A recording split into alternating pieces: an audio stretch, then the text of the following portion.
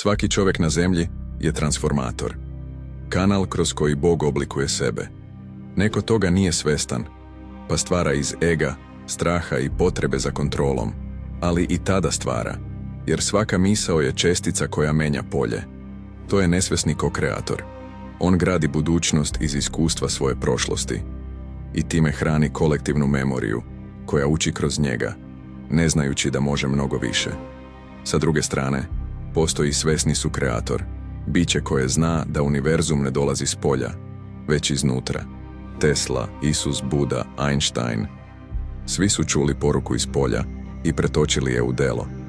Nisu izmislili, već primili, živeći u sadašnjem trenutku bez potrebe da kontrolišu ishod. Oni su dekoderi božanske misli, kanali kroz koje se univerzum budi sam kroz sebe. Kvantna fizika to potvrđuje. Dve čestice koje su jednom povezane, zauvek ostaju povezane. Tako i svaka tvoja misao, jednom stvorena, ostaje deo univerzuma i menja tok stvarnosti.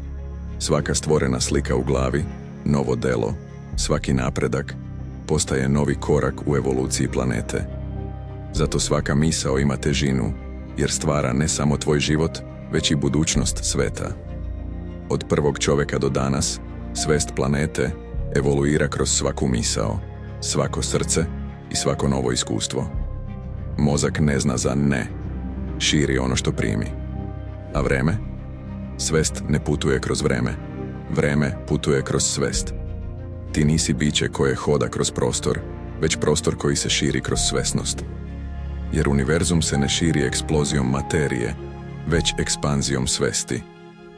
I dok srce daje impuls, intuicija vodi, a svest oblikuje, ti postaješ most između nevidljivog i vidljivog. Tačka u kojoj se Bog i čovjek prepoznaju kao jedno.